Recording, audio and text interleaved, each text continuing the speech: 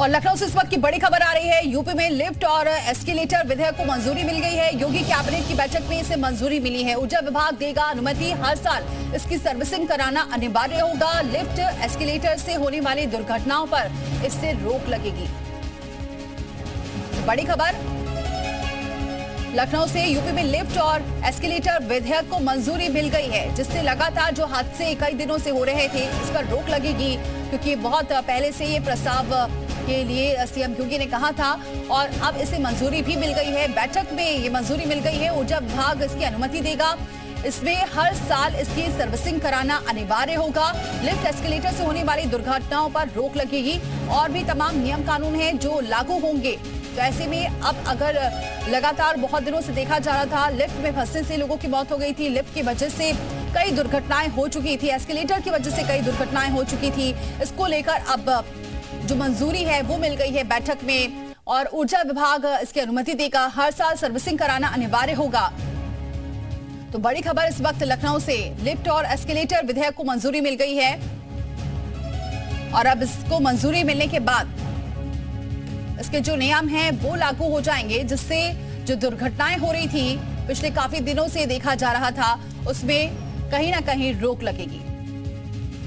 Associate editor Ajit Singh हमारे साथ जुड़ चुके हैं। अजीत, ये बहुत बड़ी बात है। सीएम योगी ने बहुत पहले इसके संकेत दे दिए थे। अब चूंकि इसको मंजूरी मिल गई है तो जाहिर सी बात है जो दुर्घटनाएं हो रही थी उसमें कहीं ना कहीं लगाम लगेगी। क्या कुछ है इस पूरे जिसे पास किया गया है?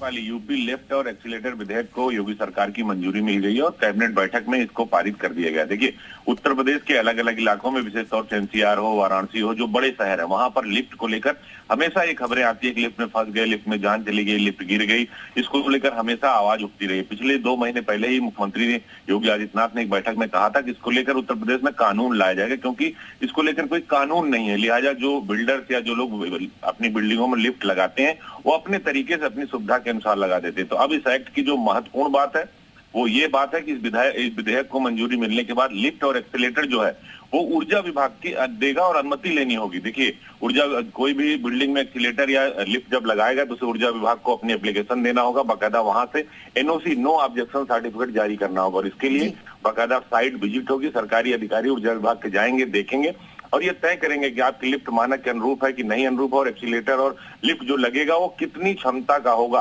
हर साल इसकी जो सर्विसिंग है वो कराना अनिवार्य होगा और इसकी सूचना देना होगा सरकार को। बाकायदा जो लिफ्ट और एक्सीलेटर से होने वाली दुर्घटनाएं हैं उस पर रोक लगाने के लिए उसमें 10-12 बिंदुओं पर चर्चा की गई और देखिए कैबिनेट के बाद इसको विधानसभा पटल पर भी रखा जाएगा।